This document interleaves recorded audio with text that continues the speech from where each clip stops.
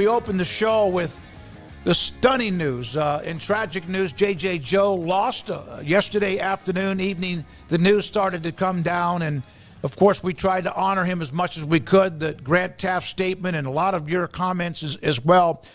Ricky Thompson, broadcast partner with Baylor Radio, Baylor alum, letter winner, all of that, joins us on 365 Sports, an incredible friend of J.J. Joe.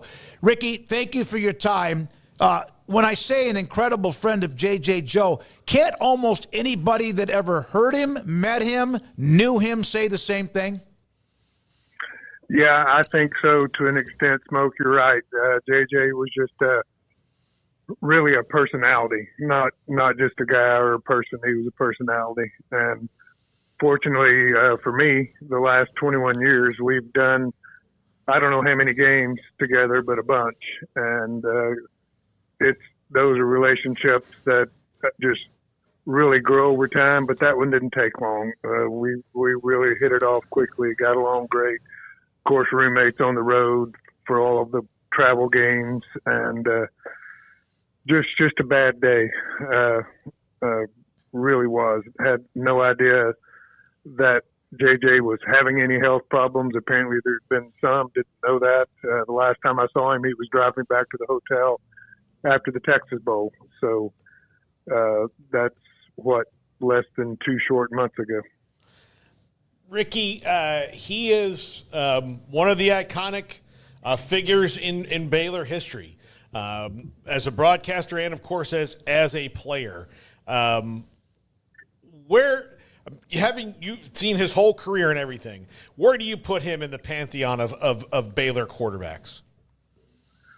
Well, you know what? I remember his first start. It was against Texas Tech, and I remember they ran a reverse. It's funny, this comes up, but JJ just stands there like a statue with a rush coming at him from every direction, and they don't even know he has the ball, and then he pitches it back to a receiver on a reverse, and I'm thinking just with that one play, this dude's going to be good.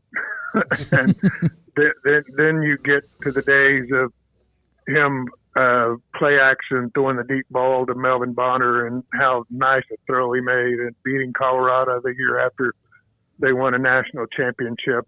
He was an exceptional quarterback. And we talk about stories about JJ, the SMU game where late in the game, he hadn't thrown a ball the entire game and can't because his shoulder's bad. And he and I used to laugh. He said they were playing 2 high safeties on 3rd and 12 in the middle of the fourth quarter, and he hadn't thrown a ball yet and wasn't going to. They were just determined that he was going to throw it.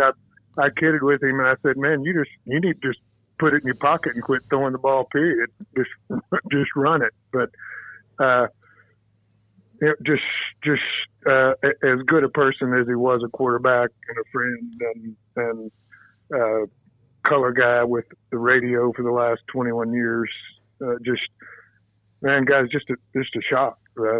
Got that call yesterday afternoon out of the blue, and that's the ones that you just don't ever want to get.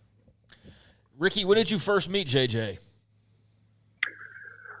Well, I met him at some, of course, off-season Baylor football stuff. Not a great deal. So really our relationship developed after he came on the radio crew. Knew him, but I wouldn't say as far as a friend, but that relationship developed quickly. I think to really get an idea of our friendship, I think you would have to listen to us off the air during games instead of on the air, because there were some really funny conversations there that we had. We were pretty good coaches too. I don't know if anybody knows that, but we thought we were, and we would get into that between plays, and we really got into a situation where it was kind of funny. I would see a guy in the slot against man coverage, and I said, "JJ, it's going here. It's touchdown." And of course, if it did, and he called it, he would come down and razz me about it, that if I could recognize that, anybody could, because I was just an old receiver. I wasn't a quarterback. So, it was those fun things that really nobody hears during the game. They just hear when we're talking about this play, or they come down to me and something that I've seen on the field, but they really didn't get the fun stuff. And that was us bantering back and forth, even during the game, because my mic was hot to them all the time, and I would say something to him that at some point he would even get tickled and have a hard time coming back on the air when he was supposed to be talking to John. But just those type things that you really don't forget. And, you spend a lot of time. You go on the road, you're rooming together and talking about games, talking about things outside the ball game, about his three boys. And I tell you, another thing that shows the kind of person he is my grandson travels to a lot of those games with us, and I've just really enjoyed that. But he and JJ hit it off, and I couldn't get a word in. They start talking, and they're going back and forth and going at it and giving each other a hard time, and JJ getting on him about something, and I don't even get in the conversation. So just that and the friendship that he developed with my grandson was just – I appreciated that a lot, and I know Jack did as well. So, just all those things that come to mind after the fact, and that we're I guess individuals were like that. We think of those things when we should be thinking about them when somebody's still here and you can tell them. So,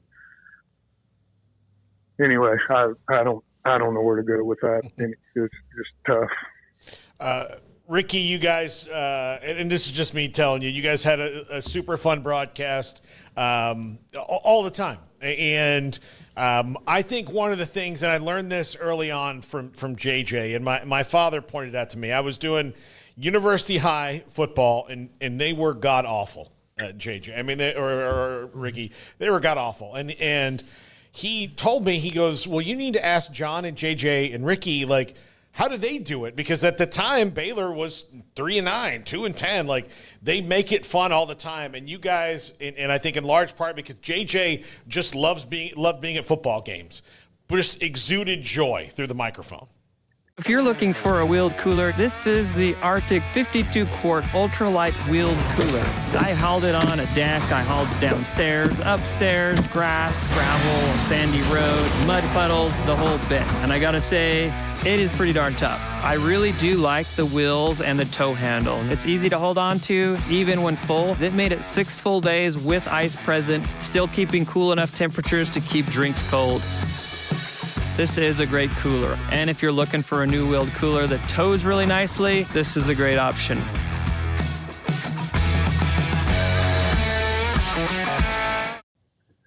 Yeah, he did. And I mean, he loved the game and he knew the game, and you could tell that. Of course, quarterbacks, we laugh about that, but they have to learn things that maybe not everybody on the team does about just how things work, how the defense works, how you read those different defenses, what the offense needs to do. But he loved the game. He had a good time. And with that, we all did. I mean, we look forward to the games. We just, even in the seasons, which there were several of them, where it was pretty tough to think of something very positive to say. But, we would have fun with it and go at each other and back and forth and just try to make it as much fun as we could. And, I guess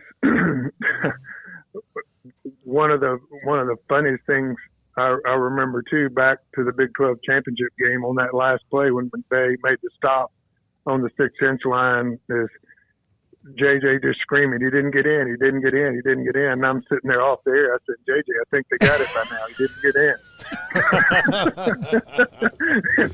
in. And when he goes, of course, when we go off after that, and he said, man, you didn't need to stop my fun. But, you remember all those different things. But at the time, I mean, it was great the way he did it. I mean, it was a human reaction, not so much a radio broadcast. And I think everybody loved that when he made that call. Yeah, and he was also known, we mentioned this, his unique style of broadcasting, the Terrence Williams touchdown, among others, that sometimes he would finish the play before it was over. Yeah, he did. And, I go back, I tell you, somebody else used to do that. And they did it on television, and it irritated Howard Cosell to death with Don Meredith. I remember times when Meredith would make a call, and I was playing in a couple of those games that were touchdowns, and the ball's halfway in the air there, and he's already saying touchdown. And JJ did that a lot. And generally when he did it, he was right on the money. I mean, it was a touchdown.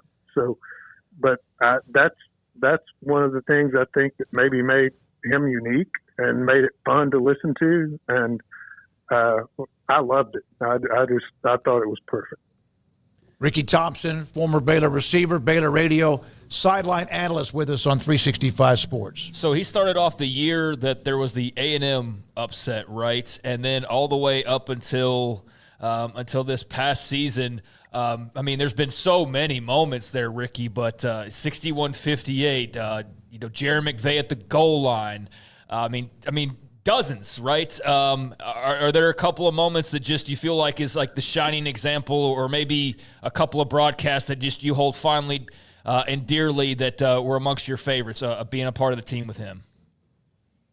Yeah, I obviously you've thrown several of them out there. That overtime victory against A&M was really huge, and then 61-58. There's nobody involved with Baylor football or athletics in general that can't remember that one, the Big 12 championship game. But there were others in there that were big wins as well. It's hard to remember all those Sure. at the time, but I go back to one in general, the Texas game in 21. I don't know if y'all remember Abram Smith.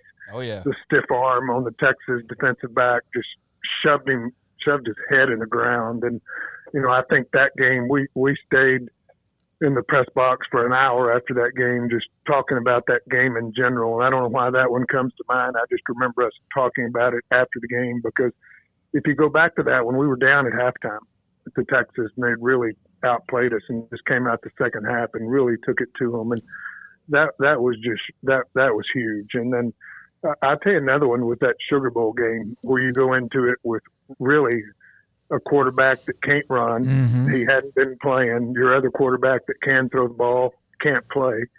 And then you get we have 10 sacks. I think that was one where we really had a good time broadcasting that game, because we had no clue what was going to happen because of just the status of the quarterback situation, and what a huge win to go 12-2 there. But, in 21 years, I guess it would just be impossible to name all of those games that were so exciting. But I think another one that we had talked about too was that Thursday night game against Oklahoma, the blackout game where it's a Thursday night, a weeknight, the stadium's packed and it's blacked out, and beat Oklahoma 41-12. And then the next year, I guess, you go to Oklahoma and beat them 48-14 up there. And that's just, those were two that we talked about frequently that were really huge games during the time that we were working together. And I'm sure there's more. It's just hard to put all those together. You guys had also something else in common, other than you played at Baylor, football players at Baylor, Baylor radio, but you guys were also involved in certain ways. You, of course, were the Lions Bank, and JJ was in the banking business and then got into other business with financial type of, I guess, planning, et cetera. How much did you guys ever talk about that? Well, we did. It was interesting. We did talk about that. JJ had a financial background. I do as well. We talked about that frequently, and I don't know how many people know it, but JJ also had a business for a while that was logistics, and traveled to Afghanistan and Iraq. And I told him, no way, I'm doing that. But he did it. He traveled. He handled that. And I was more interested in hearing about that than I was the finance side. I mean, I hear that all day, every day. But it was so interesting to hear those stories about him actually in Afghanistan, working through logistics with all the American companies that were doing business over there at the time. I thought that was really interesting, and I'm betting there's a lot of folks that didn't know JJ did that. No, it didn't. Ricky Thompson with us, Baylor radio, former Baylor wide receiver, and the loss of JJ Joe.